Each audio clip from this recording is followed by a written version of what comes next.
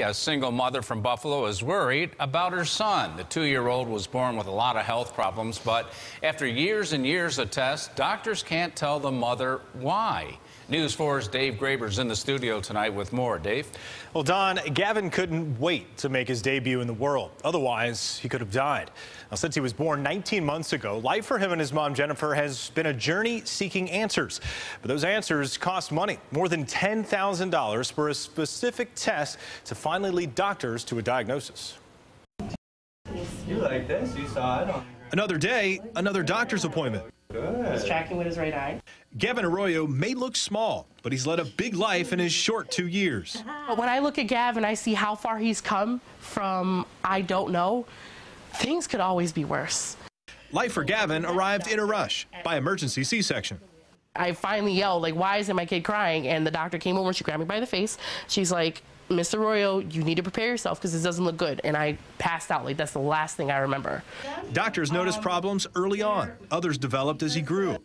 Gavin was born with hemorrhaging on his eyes, which left behind an inoperable scar.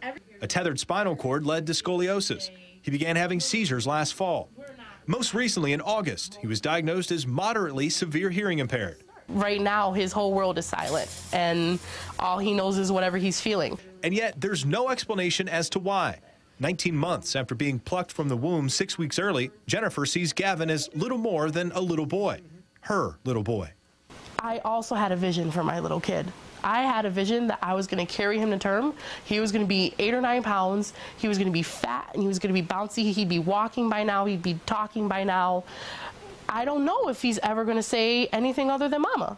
Now the family is focused on raising the money for the $10,000 test, which isn't covered by insurance. It's another stop on this family's path. Silly baby. One they'll at least be walking together. I get frustrated. I get tired.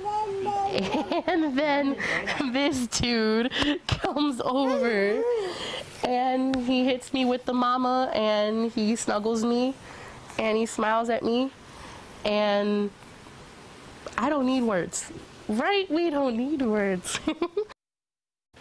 Now, the whole exome sequencing test costs around $10,000. Jennifer has set up a GoFundMe page, and a fundraiser is scheduled for November 7th. You can find more information about their story on our website. Just head over to the Find It On 4 section, and we'll link you right there. Reporting live in the studio, Dave Graber, News 4 at 5:30.